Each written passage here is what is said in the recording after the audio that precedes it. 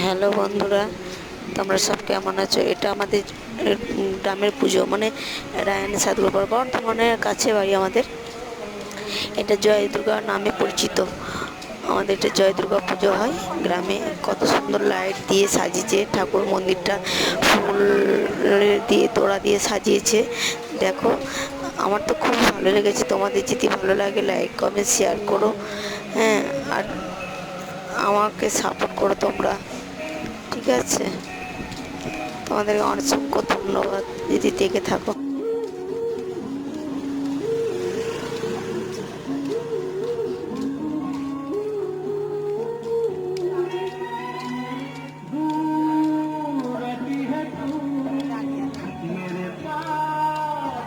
কখন আসবে?